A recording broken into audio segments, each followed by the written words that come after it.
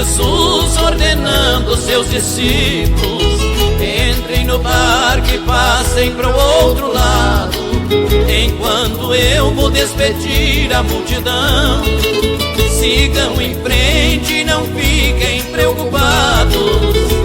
Jesus abençoou aquele povo e afastou dali de novo e foi ao monte para orar.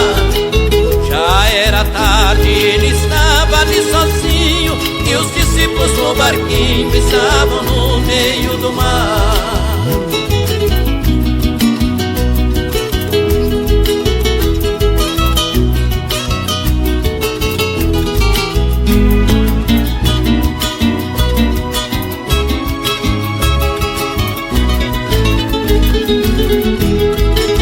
Era ao contrário, o vento forte que fazia. De repente eles viam vindo em suas direções. Se era um fantasma, perguntaram apavorados, mas Jesus disse: não temas, sou eu quem chegou aqui. E Pedro disse: se és tu, manda que eu vá, sobre as águas quero andar. E Jesus disse: pode vir. Desce do barco, Pedro, e comece a caminhar.